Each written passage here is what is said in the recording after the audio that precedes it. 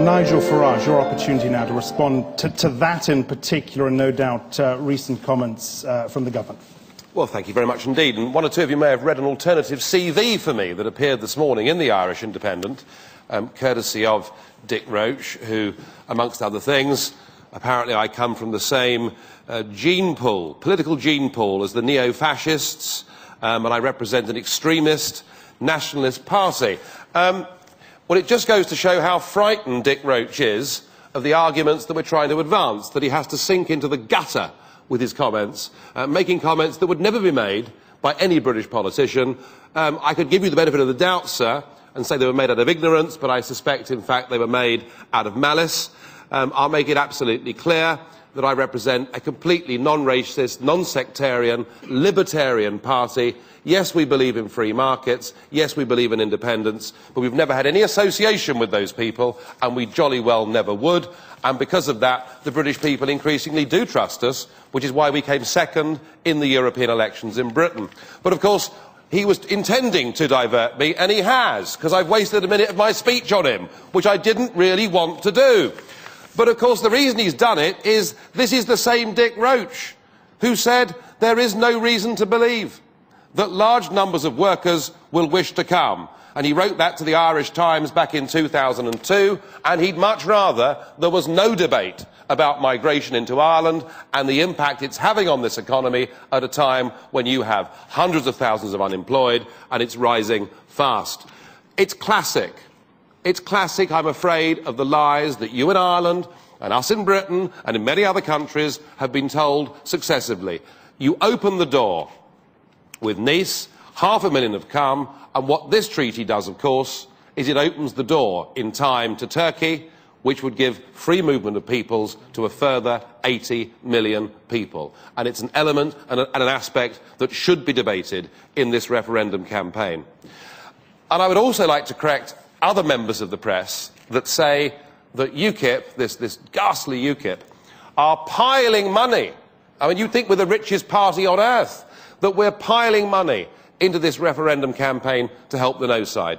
UKIP isn't involved in this. UKIP won't put a penny piece into this Irish referendum campaign. I am here to represent a group in the European Parliament, the Europe of Freedom and Democracy, representing 33 MEPs, and we're trying to do something here because we want to redress the balance. Because it seems to us we're not really having a fair democratic campaign.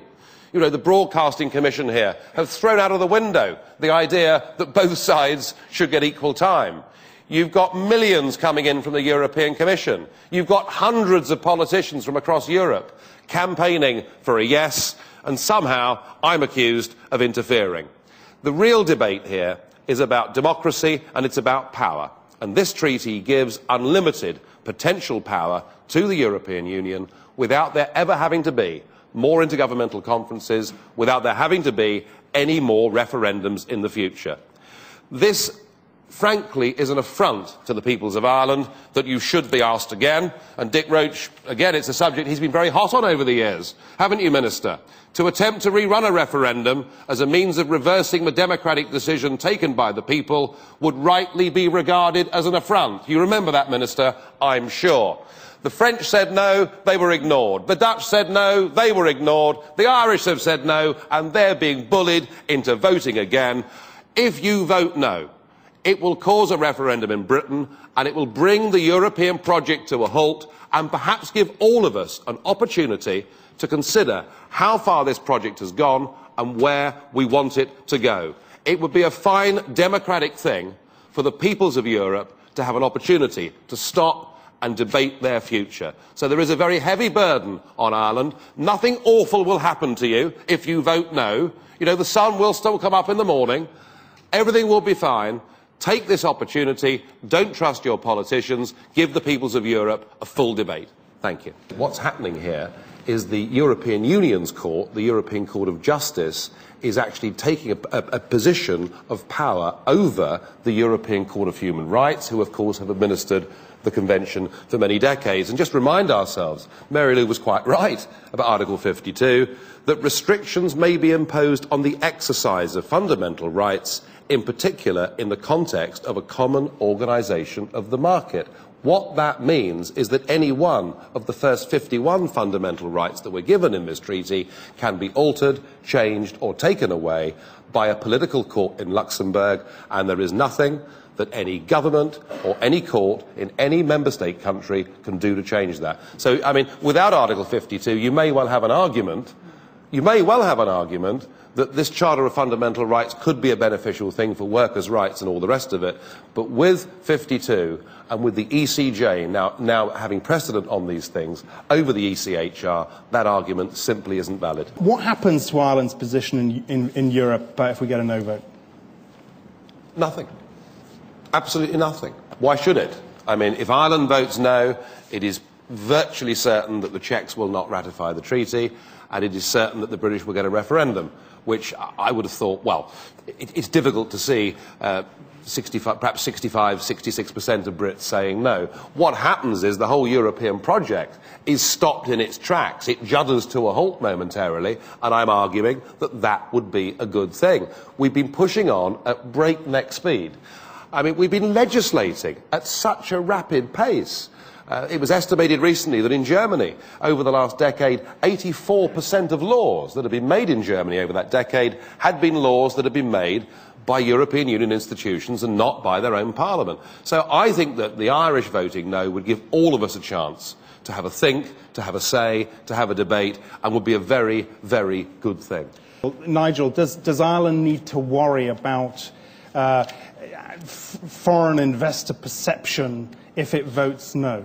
I think it does. But this whole area of the economy and economic control, I thought Dick Roach's comment was interesting that, you know, many years ago you had to look to London, and you seem to be happy to swap subservience to the British for subservience to the European bank in Frankfurt. I don't see necessarily why that's a benefit. I also wonder, this whole debate about the economic storm. On the question of foreign direct investment, I used to come to Dublin a lot back in the 1990s when I had a real job and worked in the private sector, which is, I know, a very strange concept in politics these days. Nearly everybody's spent their whole life in the public sector. But I used to come here, and a lot of my friends relocated to Dublin and came to Dublin, and the big advantage of coming here then is still the big advantage of coming here now, and it is, of course, that you've got a highly competitive corporate tax base, and there have already been discussions and proposals in the European Commission to start to harmonise corporate taxes. This treaty takes us closer to harmonise corporate taxes, which is the thing that would destroy FDI into Ireland. David, let's just have talking about democracy, David. It would be democratic to respect the fact that the French, the Dutch and the Irish voted no. What kind of democracy is it that says you voted this way, you've got it wrong, you've got to do it again? I don't call that democracy. But it is absolutely imperative that we vote yes. Okay, so I think we need I want to to give that. Nigel Farage a quick opportunity to respond. And by the way, if people could keep their questions brief, we haven't got that long. Well, I assume that you're a Monet professor, are you? Pardon? I assume that you're a Monet professor, are you? I carry that. Oh, wonderful. So here you are, talking about honesty and frankness. Wouldn't it have been rather better if before your question you declared an interest in this and explained to these people that you are one of the many academics throughout the universities of the European Union who is effectively paid to indoctrinate people with a certain line of thinking, that we have to adopt a European... I mean, come on, you talked about let's have a bit of honesty. It's a classic symptom of where this European Union has gone wrong, that the attempt to indoctrinate children at university is... And I was right, though, wasn't I? Some quick points about these renegotiations, these guarantees. They're not guarantees at all. They're clarifications. And the Minister said you'd achieved some significant changes. This treaty has not changed at all. There is no legal basis for these guarantees whatsoever. They're not worth the paper they're written on. If they were, then the treaty would have changed and the other member states would have to re-ratify. That in all parliaments where this has been carried, it has been carried handsomely and in most cases by vast majorities. All right. And that's the fact. Thank you, Minister. Professional career politicians, 6,000 of them, millions of people vote no in referendums, and they're completely ignored. This battle really is one between the peoples of Europe and its career political class. Right. You want Lisbon because it's good for you. My name is Enda Sherlock. I'm a business person, and I'd like to very much welcome Nigel Farage here today.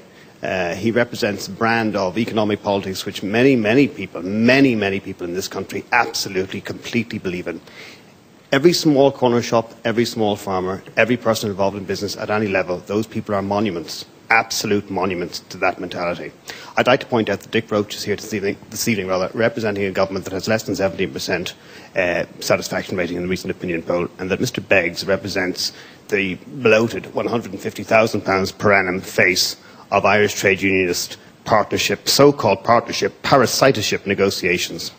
I'd like to first of all call on Dick Roche to retract the disgusting comments that he made in today's newspaper about Nigel Farage. It would be the same thing as me saying that Dick Roche was coming from the same gene pool as the real IRA, arguably. And I go further and say that the Irish people will hold the line and we'll say no again.